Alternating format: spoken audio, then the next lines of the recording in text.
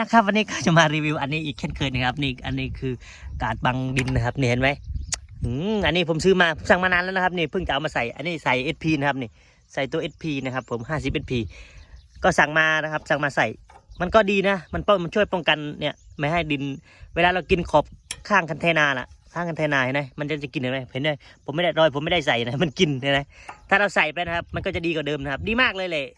แต่จริงๆก็ให้เลือกใส่ไอตัวหนากว่านี้นะครับมันมีตัวหนากว่านี้อันนี้มัน3 มิลเหรอวะนี่ตัวนี้น่าจะ3 มิลนะครับแล้วมันมีตัว6 มิลด้วยหนึ่ง6 มิลอ่ะอันนั้นอย่างหนาเลยครับแนะนำให้ใส่ตัวนั้นดีกว่านะครับซื้อใส่ดีกว่านะครับดีกว่าเราซื้อฝานี่ใส่ซื้อตัวนี้ใส่เลยจบนะครับจบแต่ว่าเราต้องใช้ตัวหนากว่านี้นะครับประมาณ6 มิลอ่ะมันจะทนหน่อยแต่ตัวเนี้ยมันก็ได้ไม่นานหรอกมันก็ราคา200-300นะครับแค่นี้ก็มันก็พอใช้เนาะก็ซื้อใส่ไปนะครับนี่เดี๋ยวผมจะปักตะกร้าไว้ให้ก็ไปเอาได้ไปซื้อได้